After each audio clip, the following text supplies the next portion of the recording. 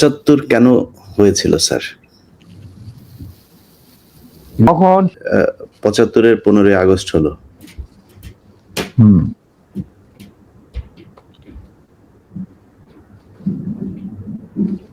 খুবই স্পর্শকাতর প্রশ্ন ইলিয়াস। নিজের বাদ্য নিজে বাজানো অনেক সময় ঠিক হয় না, কিন্তু তুমি যখন প্রশ্ন করেই বসলে, 75-এর 15ই আগস্ট। প্রথম কথাটা হচ্ছে যে 15ই আগস্ট কিন্তু কোনো বিচ্ছিন্ন ঘটনা না। এটা সূত্রপাত হয় মুক্তিযুদ্ধ চলাকালীন অবস্থায়। আমরা বুঝতে পেরেছিলাম যে বাংলাদেশের মুক্তিযুদ্ধটা অ্যাকচুয়ালি কাদের ইন্টারেস্টে হচ্ছে। দেখে আমাদের ইন্টারেস্টে হচ্ছে যে আমরা আমাদের দেশ যুদ্ধ করে স্বাধীন করব, নাকি এটার পেছনে অন্য কোনো উদ্দেশ্য কাজ করছে। যখন 7 দফাতে চুক্তি করে নজরুল ইসলাম আর তাজউদ্দিনকে পারমিশন দেওয়া হলো to establish provisional government in Calcutta, এই 7টা ক্লজ পড়ে সাইন করার পর, দস্তখত করার পরে নজরুল ইসলাম সাহেব ফিট হয়ে পড়ে গিয়েছিলেন যে এটা তো একদম একটা দাস খত, যে আমরা ক্রমান্বয়ে ভারতের একটা করদ রাজ্য, তারপরে একটা অঙ্গরাজ্য হিসেবে অঙ্গরাজ্যে পরিণত হবে বাংলাদেশ, হবু বাংলাদেশ। আর ওই joint declaration between Osmani and general মানেকশর, জয়েন্ট কমান্ড এস্টাবলিশ করার general Manekshaw to come and be present as an auxiliary force commander, সহায়ক শক্তির commanding chief হিসাবে in the Sunday ceremony, but the instrument will be signed by the Mukti Fauj commander in chief, who was General Usmani, Colonel Usmani. কিন্তু সেটা হতে দেওয়া হলো না। 16ই ডিসেম্বরে যে সারেন্ডার সেরেমনিতে হলো রেস করতে, সেখানে পরিষ্কার বাংলাদেশের জনগণ দেখতে পেল যে পাকিস্তান আর্মি সারেন্ডার করছে ভারতীয় সেনাবাহিনীর কাছে, এবং সেখানে সাইন করছেন আরোরা ভারতীয় বাহিনীর পক্ষে, আর ওদিকে নিয়াজি পাকিস্তানি আর্মির পক্ষে। সেখানে মুক্তিযোদ্ধারা কোথায়? আমরা পরে থাকলাম ঝাড়ুদার হিসাবে ইন্ডিয়ান আর্মির রাস্তা পরিষ্কার করে দেওয়ার কাজে, বনে বাজারে। আমাদের কি কোনো শহরগঞ্জে ঢোকার পারমিশন দিল না মুজিব সরকার, মানে তাজউদ্দিনের সরকার, আওয়ামী লীগ সরকার। সেই অবস্থায় কি প্রমাণিত, এটা এই ঘটনায় কি প্রমাণিত হলো? ইন্ডিয়া প্রমাণ করলো সারা বিশ্বে যে বাংলাদেশের জনগণ নিজেরা যুদ্ধ করে দেশ স্বাধীন করেনি। বাংলাদেশ নামক একটি রাষ্ট্র প্রিমেচুরলি জন্ম দেওয়া হয়েছে as an outcome of Indo-Pakistan war, যেখানে ইন্ডিয়া জিতেছে। এইটা হলো ইতিহাসের শুরু। তারপর মুজিবকে যখন ছাড়া হলো, সে তো কিছুই জানতো না যে দেশ স্বাধীনতে কোন মুক্তি ফৌজ বলে কিছু ছিল, হাজার হাজার লোক দেশচ্যুত হয়েছে, প্রাণ হারিয়েছে, কি জানতো। সে তাকে যখন ছেড়ে দেওয়া হলো ওই 7 দফা ভিত্তিতে, এবং সেই 7 দফাতে মুজিব স্বাক্ষর দেওয়ার পর ফিরে গিয়ে তিনি ক্ষমতা নিজে হাতে নিয়ে নিলেন। তাজউদ্দিনকে বললো, তাজউদ্দিন তুমি প্রাইম মিনিস্টার থাকবা না, আমি হমুদ প্রাইম মিনিস্টার। তারপর কি হলো? কোনো নির্বাচন নাই, কিছু নাই। ওই 70-এর নির্বাচনের সুবাদে তারা ইন্ডিয়ার 4 স্তম্ভ ডুপ্লিকেট বাংলাদেশে ইম্পোর্ট করে তার উপরে একটা সংগঠন বানানো, হুবহু এক। শুধু তাই না, রবীন্দ্রনাথ ঠাকুর, যাকে নিয়ে আমরা নাচানাচি করি এবং অনেকের মানে ভাসে যায়, আপ্লুত হয়ে যায় আবেগে, এই রবীন্দ্রনাথ ঠাকুর একজন ইন্ডিয়ান নাগরিক এবং ইন্ডিয়ার জাতীয় সঙ্গীতের রচয়িতা। আমাদের দেশে তার চেয়েও প্রতিভাবান কবি কাজী নজরুল উপস্থিত থাকা সত্ত্বেও আমরা সেই ভারতীয় নাগরিকের একটা গানকে আমাদের জাতির উপরে চাপে দেওয়া হলো জাতীয় সঙ্গীত। পৃথিবীর ইতিহাসে এমন কোন নজির আর দ্বিতীয়টা আছে বলে আমি মনে করি না। কেন কোন বাংলাদেশে মুজিবকে দিয়ে রক্ষী বাহিনী সৃষ্টি করলো ইন্ডিয়া, তারা বাংলাদেশের সামরিক বাহিনীকে দুর্বল করে একটা নামে মাত্র সামরিক বাহিনী, হাতে লণ্ঠন করে ঠনঠন, এই ধরনের একটা সেনাবাহিনী রাখবে। আর কারণ একটা সেনাবাহিনী তো রাখতেই হবে, কারণ যে কোনো জাতির মেরুদণ্ড হচ্ছে সেনাবাহিনী। ওই হাতে লণ্ঠন করে ঠনঠন, আর আসলে তার চেয়ে অনেক শক্তিশালী একটা বাহিনী গঠন করলো ইন্ডিয়া। স্যার, ওই যে 7 দফাটা আমরা তো ইতিহাস পড়ে, আমরা তো আসলে সাক্ষী না, আমরা পড়ে মানুষকে জানানোর চেষ্টা করেছি। আপনার স্মরণ আছে 7 দফাটার কথা? কি কি ছিল ওই দফায়, যদি কয়েকটা গুরুত্বপূর্ণ জায়গা যদি মনে রাখেন। দেখো ভাই, আমি তো অ্যাকচুয়ালি 7 দফা একদম টোটো এগুলো আমার মুজিব এবং তার সরকারকে প্রোটেকশন দেওয়ার জন্য ইন্ডিয়ান আর্মি অবস্থান করবে বাংলাদেশ। বাংলাদেশের কোনো শক্তিশালী সামরিক বাহিনী গঠিত হবে না। বাংলাদেশের কোনো স্বাধীন বৈদেশিক নীতি থাকবে না।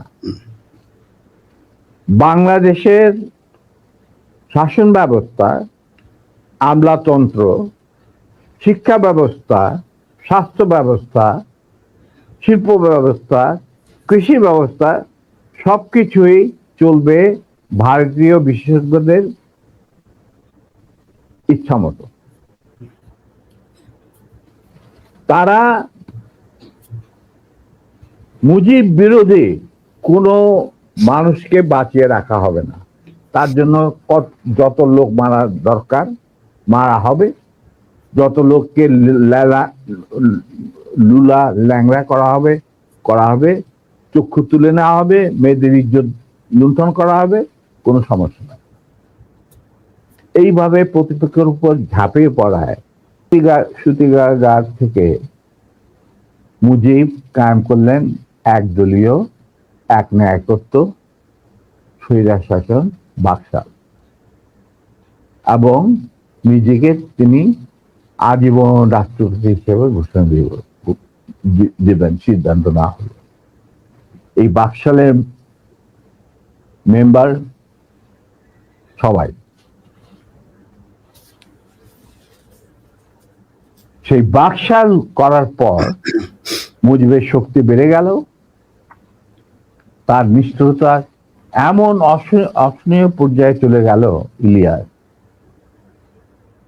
লুটপাট, মার ধর, চোরাচালান, নকল টাকা ছাপানো ভারত থেকে, এই সমস্ত মানে একটা আমাদের মনে অস্তিত্বই এমন অবস্থায় গিয়ে থাকলো যে মানুষ একদিন মুজিবের জন্য দোয়া করেছিল যে আল্লাহ আমাদের এই মুজিব আমাদের চোখের মনি, আমাদের বাঁচাবে। দেশকে স্বাধীন করবে, বাঙালিদের ন্যায্য অধিকার আদায় করবে। সেই মুজিবের জন্য লোকজন আল্লাহর কাছে দোয়া চাচ্ছিল যে আল্লাহ আমাদের আজাদ দাও, নমরুদের হাত থেকে আজাদ দাও, আমরা তো শেষ, মরে যাচ্ছি সব, কোথাও কোনো কেউ নেই প্রতিবাদ করা। এটা তো আমরা যারা সেনাবাহিনীতে তখন ছিলাম, যারা দেশপ্রেমী যোদ্ধা, তারা ঠিক মেনে নিতে পারেনি। যেভাবে তারা মেনে নিতে পারেনি পাকিস্তানের জান্তাদের অবিচার এবং দুরাচার। এরই পরিপ্রেক্ষিতে তাদের নেতৃত্বে সংগঠিত হয় একটা সেনা বিপ্লব। অনেকে বলে মুজিবকে মারা হলো কেন? মুজিব তো মারা যায় নাই, মুজিব নিহত হয়েছে একটা সেনা অভ্যুত্থানে ঘটাকালে। সেনা অভ্যুত্থান তো আর খালে যাতে মার্বেল খেলে না, ওখানে দুই পক্ষ থেকেই গোলাগুলি হয় এবং হতাহত হয় দুই পক্ষে। যেমন মুজিবের পক্ষের কিছু লোক মারা গেল, সেভাবে বিপ্লবীদের, সেনা অভ্যুত্থানকারী বিপ্লবীদের তরফ থেকে কিছু লোক প্রাণ হারায়। এটাই বাস্তবতা। কিন্তু তারা বিজয়ী হয়ে গেল, বিপ্লবীরা বিজয়ী হলো, তারা ক্ষমতা তাদের নিজের হাতে নিয়ে নিল স্বতঃস্ফূর্ত ভাবে। ইলিয়াস, ঘোষণাটা অবশ্য আমি দিয়েছিলাম, স্বতঃস্ফূর্ত ভাবে মুজিবের সেই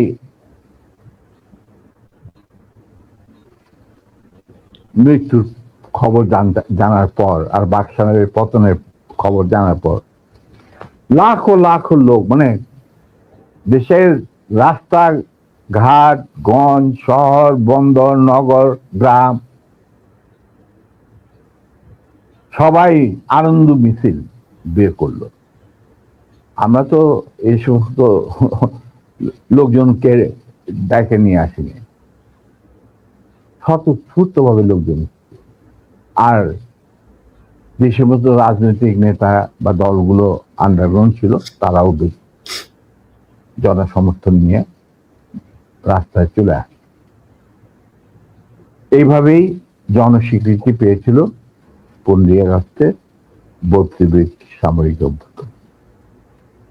এবং পরবর্তীতে খালেদ মোশাররফের প্রতিক্রিয়াশীল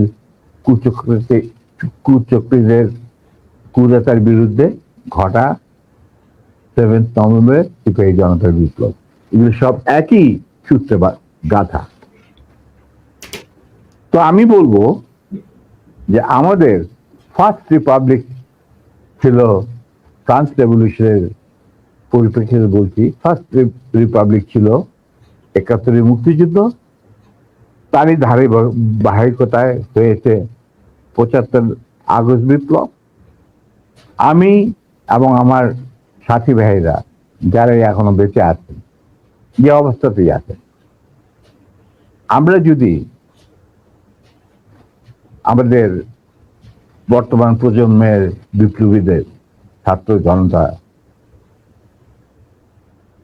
তাদের বিপ্লবী কাণ্ডে কোন রকম অবদান রাখতে পারি, আমাদের নিজস্ব অভিজ্ঞতা, যোগাযোগ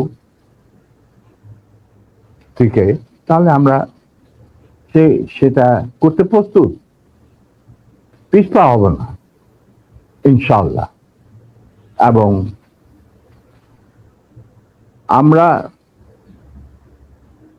তাদেরকে শ্রদ্ধা, সালাম এবং বিপ্লবী সালাম সাথে মন থেকে দোয়া করছি যে তাদের বিপ্লব যাতে ব্যর্থ না হয়, তারা যাতে বিজয় সংগঠিত করে, বিজয় অর্জন করে, তারা যাতে একটা সুখী, সমৃদ্ধ, শক্তিশালী বাংলাদেশ গড়ে তুলে তাকে দুর্জয় ঘাঁটি হিসেবে স্থাপিত করতে পারে। এই আমার বক্তব্য। আচ্ছা, আমার চাওয়ার কিছু নাই স্যার। কিন্তু একটা কোশ্চেন, ধরেন আপনি যে বিপ্লবের কথা বললেন, 24-এর বিপ্লবের যারা নেতৃত্ব দিয়েছে তারাও আমার এখানে কথা বলেছেন। আপনার লাইভে এই মুহূর্তে 4.5 লাখ মানুষ দেখছে, এবং আমি কমেন্টগুলো পড়ছিলাম, আমি বোঝার চেষ্টা করছিলাম যে আসলে কি। আমার মনে হয় এ পর্যন্ত কয়েক লাখ কমেন্টের মধ্যে বোধহয় 10টা কমেন্ট পড়েছে আপনাকে গালি দিয়েছে বা আমাকে গালি দিয়েছে। এত জনপ্রিয় একজন মানুষ, আপনি দেশ থেকে চলে যেতে হলো কেন স্যার? সেই কাহিনীতে এই মুহূর্তে যাওয়া ঠিক হবে কি? মাফ করে দিয়েছি। জিয়া রহমান আমাদেরই একজন ছিলেন। আচ্ছা, to be frank with you, উনি কোরআন শপথ নিয়ে আমাদের সাথে কাজ করতে রাজি ছিলেন, কিন্তু পরবর্তী পর্যায়ে তিনি তার নিয়ত থেকে সরে আসেন। তার জন্য তো আমরা দায়ী নয়, উনি দায়ী। এবং যদি ভালো করে থাকেন সেটা প্রাপ্য তিনি হয়তো পেয়েছেন, যদি খারাপ করে থাকেন সেটা আমাদের সাথে না চলায় যদি তার কিছু খারাপ হয়ে থাকে, তার জন্য তো আমরা দায়ী নেই। তবে হ্যাঁ, একটা সময়ে আমি যখন চীনে ছিলাম রাষ্ট্রদূত, তিনি আমার বাবা কিন্তু জিয়া রহমানের ক্যাবিনেটের সিনিয়র মিনিস্টার পদে নিযুক্ত ছিলেন। কারণ আমার বাবা মনে করতেন যে আমরা আর জিয়া রহমান সব এক, কিন্তু উনি ভেতরে খবর জানতেন না। জিয়া রহমান যখন দেখলো যে তিনি সেনা পরিষদের প্রায় 4,000 লোককে মেরে ফেলেছেন তার ক্ষমতাকে কুক্ষিগত করার জন্য, আমরা তারপরে যখন তিনি দেখলেন যে তার অবস্থা খুব খারাপ, ভেতরের খবরটা সাধারণ জনগণ দেখে না, সাধারণ জনগণ দেখছে জিয়া রহমান, সারনাস, রেবন, গঞ্জি, কাঁধে কোদাল বসে আছেন, এই সমস্ত। কিন্তু ভেতরে যে কি হচ্ছিল আসল ক্ষমতা কেন্দ্রে, সেই সম্পর্কে সাধারণ জনগণ জানারও কোনো স্কোপ ছিল না, তারা জানতেন না। সেখানে তার অবস্থা ছিল নরবলে, কারণ ওখানে তিনি ডিভাইড এন্ড রুল নীতি প্রয়োগ করেছিলেন, যেটা খুবই মারাত্মক একটা হুমকি ছিল তার জন্য। তিনি হয়তো বুঝতে পারেন নাই।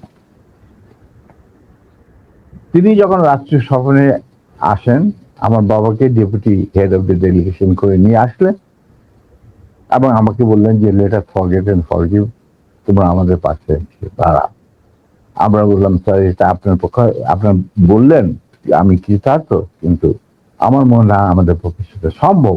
কারণ এর জন্য সম্ভব না, আপনি আমাদের সহকর্মীদের রক্তে যে রক্তক্ষরণ ঘটিয়েছেন, সেই রক্ত মারিয়ে আপনার পাশে যদি গিয়ে দাঁড়াই, প্রথম গুলিটা আমাকেই যেতে হবে, মুনাফেক হিসাবে। তার আমি আপনাকে বাঁচাবো, বা আমরাই বা আপনাকে বাঁচাবো, সে রাস্তা তো আপনি বন্ধ করে দিয়েছেন। এটা কত সালে স্যার? এটা যে জিয়া রহমান কোন সালে গিয়েছিল মনে হয় 81, 76 না 77, সামথিং লাইক দ্যাট। ওই যে ওনার একটাই রাষ্ট্রীয় সভা ছিল চীনে, এটা তুমি দেখে নিতে পারো, আমার বইতে লেখা আছে সব। আচ্ছা, 77 বলে। এবং তার সাথে যে আমার কি ডায়ালগ হয়েছে 1-to-1, যেটা মধ্যে আর কেউ উপস্থিত ছিল না, পাশের ঘরে অবশ্য বেগম সাহেবা ছিলেন। আচ্ছা স্যার, আরেকটা জিনিস পরিষ্কার হয়েছে স্যার, আপনি কি একটা বলছিলেন যে কোরআন শপথ করা হয়েছিল, মানে কি হয়েছে? আমি বলি, শোনো, এই যে সেনা পরিষদ, আমরা যখন ভারতে যুদ্ধ করছিলাম, যখন আমরা বুঝতে পারলাম ভারতের গেম প্ল্যানটা, তাদের একটা সুদূর প্রসারী চক্রান্তমূলক একটা পরিকল্পনা রয়েছে, বাংলাদেশকে প্রথমে ক্লায়েন্ট স্টেট, তারপরে অঙ্গভূত করা, সিকিমের মতো। আর সেখানে লেন্দুদ্দোজি ছিলেন, আমাদের মুজিবুর রহমানকে বানানো হলো তাজউদ্দিন, আর পরে মুজিবুর রহমানকে বানানো হলো সেই লেন্দুবদুল। এটা যখন আমরা বুঝতে পারলাম, তখন সমমনা কমান্ডার যারা পলিটিক্যালি কনসিয়াস ছিল ছাত্র জীবনে, ধরো বা পরবর্তী জীবনে, তখন আমরা বললাম যে আরে আমাদের তো আসল যে যুদ্ধ সেটা তো হবে স্বাধীনতার পর। ভারতের আগ্রাসী মনোভাব নিয়ে যখন বাংলাদেশকে গিলে খেতে চাবে, সেইটার বিরুদ্ধে আমাদেরকে লড়তে হবে। তার জন্য আমাদের প্রস্তুত থাকতে হবে, প্রস্তুতি এখনই গ্রহণ করতে হবে। তখন আমরা ওই মুক্তিযুদ্ধের আড়ালে আমরা সেনা পরিষদের বীজ বপন করি। তো তোমার মনে থাকার কথা, যদিও Zia Rahman declaration of independence দিয়েছিল, প্রথমে তিনি নিজেকেই অস্থায়ী সরকারের প্রধান হিসাবে দাবি করেছিল, মানে ভাষণে বলেছিলেন। পরে ইন্ডিয়ার চাপে উনি এ থেকে বদলিয়ে যে মুজিবুর রহমানের ইনস্ট্রাকশনে আমি এই ঘোষণা দিলাম স্বাধীনতা। এরপরেও কিন্তু তার প্রতি ইন্ডিয়ান সরকার বা আওয়ামী লীগ সরকার কখনোই আস্থা রাখতে পারে নাই। তারা তাকে সেক্টর কমান্ডারের অবস্থান থেকে সরিয়ে এনে হেডকোয়ার্টার দাম করে এক সেফ হাউসে, মানে আমাদের কিছু সেফ হাউস ছিল যেখানে আমরা থাকতাম, বা আমাদের সাথীরা সুজাত কল্যাণীতে, মানে এই অভাব অফ ক্যালকাটা একটা বাড়িতে ওনাকে না নিষ্ক্রিয় করে রাখা হইত। তখন কেউ যে মানে আশেপাশে যায় না, কারণ উনি ভারতের চক্ষুষু, উনি আওয়ামী লীগের চক্ষুষু, তো কে যাবে ওনার সাথে দেখা করতে? তখন কিন্তু আমি, কারণ আমি জিয়া রহমানকে অনেক আগে থেকে চিনি, পাকিস্তান আমল থেকে চিনি, একসাথে কাজও করেছি। যাই হোক, আমি গিয়ে ওনার সাথে যোগাযোগ করি এবং তাকে বুঝাই যে স্যার আপনি ধৈর্য ধরুন, আমরা আপনাকে সহজে হারাবো না। তখন আস্তে আস্তে আমরা তাকে বলি যে আপনি এরকম আসল উদ্দেশ্য যে ভারতের, সেটাকে বানচাল করার জন্য এখন থেকে আমরা প্রস্তুতি নিচ্ছি। আপনি কি আমাদের সাথে থাকবেন কি থাকবেন না সেটা আমাদের তরফ থেকে আমাকে পাঠানো হয়েছে জানার জন্য, কারণ আমি আপনার কাছে সবচেয়ে ক্লোজ ছিলাম পাকিস্তান আর্মি, সবাই জানে। আচ্ছা, উনি বললেন কি তোমাদের কর্মসূচি? তখন আমি তাকে আমাদের কর্মসূচি দিলাম, যেটা 25 বছরের একটা কর্মসূচি ছিল ইলিয়া। তুমি যদি এই কর্মসূচিটা পড়ে, এই কর্মসূচিটা আমরা তৈরি করেছিলাম বিভিন্ন সেক্টরের মুক্তিযোদ্ধা এবং অন্যান্য সাধারণ জনগণের আশা আকাঙ্ক্ষার পরিপ্রেক্ষিতে। সেই কর্মসূচিটা পড়ার পর উনি এটাকে মেনে নেন। তো আমি বললাম যে স্যার আমাদের সমস্যা হচ্ছে আমরা সবাই প্রায় সমবয়সী, আমাদের একজন সিনিয়র অফিসার দরকার যাকে আমরা ট্রাস্ট করতে পারি, তাকে আমরা কেন্দ্র করে এগিয়ে যেতে চাই এই সেনা পরিষদের কর্মসূচি বাস্তবায়নের জন্য। স্বাধীনতার পর, স্বাধীনতা যুদ্ধ তো করবোই, স্বাধীনতার পর এই কর্মসূচি আমরা বাস্তবায়ন করব অন্যান্য সমমনা দেশপ্রেমিকদের সঙ্গে নিয়ে। তখন উনি এটা খুব কেয়ারফুলি আমাদের কর্মসূচি পড়লেন। তারপরে আমি একদিন গেলাম, উনি বলে যে আমি পড়লাম, আমি সম্পূর্ণভাবে একমত। স্বাধীন বাংলাদেশকে একটা সুখী সমৃদ্ধ আত্মনির্ভরশীল এবং আমাদের সংস্কৃতির ভিত্তিতে নতুন বাংলাদেশ গঠন করার জন্য এর চেয়ে ভালো কোন রকম কর্মসূচি হতে পারে না। আমরা ধাপে ধাপে এটাকে কার্যকারী করব। তখন আমি বললাম তাহলে কি আপনি আমাদের সাথে কাজ করতে রাজি আছেন? আমরা আপনাকেই আগে রেখে আমরা কাজ করতে চাই, কারণ ইউ আর দি সিনিয়র এবং আপনি একজন সৎ ব্যক্তি, উনি সৎ ছিলেন ব্যক্তিগতভাবে। আর তবে আপনার সমস্যা হচ্ছে আপনি বাংলা জানেন না, বাংলা বলতে পারেন না, লিখতে পারেন না, আপনি সারা জীবন পাকিস্তানে বড় হয়েছেন, ওখান থেকে রাজনীতি করেন। That's not a problem. আমরা রয়েছি আপনার গ্রাউন্ড ওয়ার্ক করার। আপনি যদি রাজি থাকেন তাহলে আমরা একসাথে কাজ করতে আপনাকে সামনে রেখে আমরা কাজ করতে রাজি, এগিয়ে যাব, সেনা পরিষদ এগিয়ে যাবে কাজ। তখন বললেন যে আমি রাজি। তখন বললেন যে স্যার আমাদের সাংগঠনিক বিধান অনুযায়ী আপনাকে একটা কোরআন শপথ দিতে হবে, যে কোরআন ধরে আপনি বলবেন যে আমি এই কর্মসূচি ভিত্তিক কর্মকাণ্ড, সেনা পরিষদের কর্মকাণ্ড পরিচালনা করার জন্য শীর্ষ নেতা হিসেবে যোগ দিতে রাজি আছে। উনি উজু করে আসলেন, কোরআন শরীফ রাখা হলো, তার উপর হাত রাখলেন, আমিও ওর হাতের উপর হাত রাখলাম, তারপরে এই শপথ উনি দিলেন। তবে একটা শর্ত থাকতো ওনার তরফ, যে যতদিন পর্যন্ত রাষ্ট্রীয় ক্ষমতায় আমরা না যেতে পারবো ততদিন পর্যন্ত সেনা পরিষদের সাথে আমার যে কোনো সম্পর্ক আছে সেটা প্রকাশিত করা যাবে না। আমরা বললাম আমরা সবাই পরামর্শের মাধ্যমে বললাম বললো শুধু তুমি আর নূর এই দুজনের পারমিশন থাকবে আমার সাথে যে কোনো সময় যে কোনো অবস্থায় যোগাযোগ করা। আমি বললাম আমাদের খুব বেশি যোগাযোগ করার দরকার হবে না, তবে প্রয়োজন মতো নিত্য বেসিসে আমরা দুজনেই আপনার সাথে যোগাযোগ করি, তাও তার বাসায়, অফিসে না। এই হলো কথা। তার মানে তার সেই শপথ তো আপনি রাখলেন না। আপনি মনে করলেন যে আমাদের বিদেশে রাখা এই ছিড়ায় ছেটায় আপনার আন্ডারেই, সরকারের আন্ডারে থাকবো আমরা বিভিন্ন দূতাবাসে। আপনি আপনার যাদেরকে আপনি বিশ্বাসযোগ্য মনে করেন তাদের নিয়ে আপনি রাষ্ট্র চালান। আমরা তো কোনো রকম বিরোধিতা করি নাই, আপনার করবো। আজ আপনি আমার বাবার সামনে বলছেন যে তোমরা let us forget and forgive and start afresh. রাজনীতিতে বা রাজনীতি হলো দাবা খেলা। দাবা খেলায় একটা চাল দিয়ে চাল আবার পিছনে নেওয়া যায় না, চালের আগে আপনাকে চিন্তা করতে হয়, কিন্তু একবার চাল দেওয়ার পর আর সেটাকে ফেরত নেওয়া যায় না। আপনি how can we start A fresh? এটা সম্ভব নয়। এইভাবে আমাদের মিটিং শেষ হয়ে যায়।